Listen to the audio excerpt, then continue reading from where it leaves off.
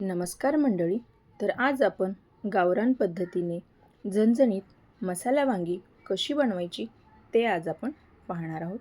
तर ही रेसिपी नेहमीप्रमाणेच साधी, सोपी आणि झटपट अशी होणारी आहे. तर तुम्हाला नक्कीच आवडेल. आणि जर तुम्ही चॅनलवरती नवीन असाल आणि अजूनही चॅनलला सबस्क्राईब केले नसेल तर पटकन चॅनलला सबस्क्राईब करून घ्या. तर चला लगेच आपण रेसिपीला सुरुवात करूयात. तर सगळ्यात आधी इथे मी वांगी स्वच्छ अशी धुवून घेतलेली आहेत.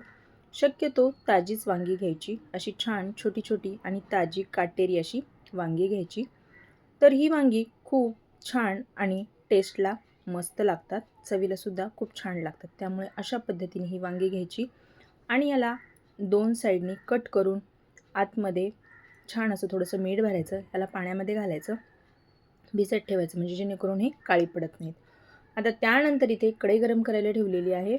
यामध्ये आपल्याला 2 ते 3 चमचे मी तीळ घेतलेले आहेत. हे पांढरे तीळ आहेत. तर आपल्याला ह्याला चांगलं असं भाजून घ्यायचं आहे. यामध्ये आपल्याला तेल अजिबात घालायचं नाही आहे. तर हे तीळ छान आपल्याला मस्त लालसर होईपर्यंत भाजून घ्यायचे आहेत, कमी गॅसवरतीच. आता यानंतर यामध्येच मी अर्धी वाटी खोबरं देखील घातलेलं आहे. तर मी इथे बारीक बारीक तुकडे केलेले आहेत खोबऱ्याचे. जर तुम्हाला हवं असेल तर बारीक तुम्ही याचा किससुद्धा करून इथे ॲड करू शकता. हे पहा, अशा पद्धतीने दोन्ही पण आपल्याला छान असं लाल रंग होईपर्यंत मस्त खरपूस असं भाजून घ्यायचं आहे. आता त्यानंतर आपल्याला हे मिक्सरला वाटून घ्यायचं आहे. तर त्यासाठी आपल्याला छोटंसं वाटण करायचं आहे. अद्रक, लसूण, कोथिंबीर आणि भाजलेले तीळ आणि खोबरं हे आपल्याला मिक्सरला बारीक असं वाटून घ्यायचं आहे. आणि या वाटणामध्येच आपण थोडासा गरम मसाला म्हणजे हे काळं तिखट, लाल तिखट आणि थोडीशी हळद आपल्याला वाटून घ्यायची आहे मिक्सरला लावून. हे पहा, अशा पद्धतीने मी इथे वाटून घेतलेलं आहे. आता त्यानंतर इथे कढई गरम करायला ठेवलेली आहे. तेल छान असं आपल्याला गरम करायचं आहे. तेल गरम झालं की त्यामध्ये मोहरी आणि जिरे घालायचे आहेत. जिरे मोहरी आपल्याला छान अशी फुलू द्यायची आहे.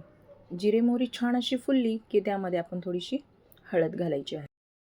आता यामध्ये हळद घातल्यानंतर लगेच बारीक कट केलेली कोथिंबीरसुद्धा घातलेली आहे आणि त्यानंतर लगेच आपण वाटलेला मसालासुद्धा यामध्ये ॲड करणार आहोत. तर हा मसालासुद्धा आपल्याला कमी गॅसवरती छान असा परतून द्यायचा आहे. मसाला छान परतला की त्यामध्ये लगेच आपण वांगी ॲड करणार आहोत. तर वांगीसुद्धा आपल्याला ही तेलामध्ये या मसाल्यासोबत चांगली अशी परतून घ्यायची आहेत.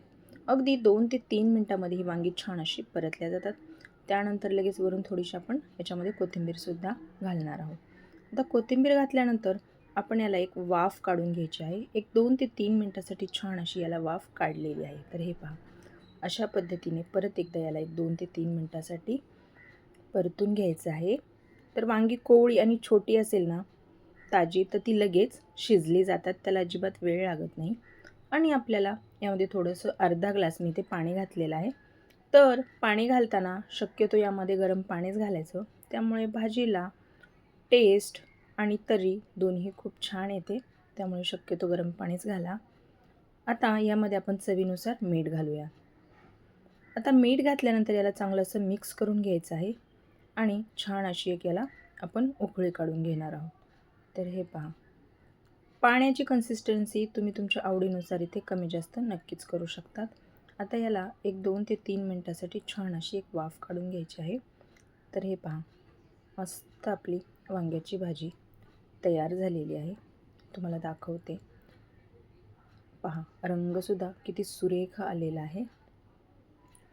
ज्यांना वांग्याची भाजी आवडत नाही ते सुद्धा ही वांग्याची भाजी जर तुम्ही अशा पद्धतीने एकदा बनवली तर नक्कीच आवडीने खातील. लहान मुलं आणि मोठेसुद्धा या भाजीला नाकारणार नाहीत. एवढी चवीला भन्नाट अशी ही रेसिपी बनवून तयार होते. तर मंडळी, तुम्हीसुद्धा ही रेसिपी एकदा नक्की ट्राय करा.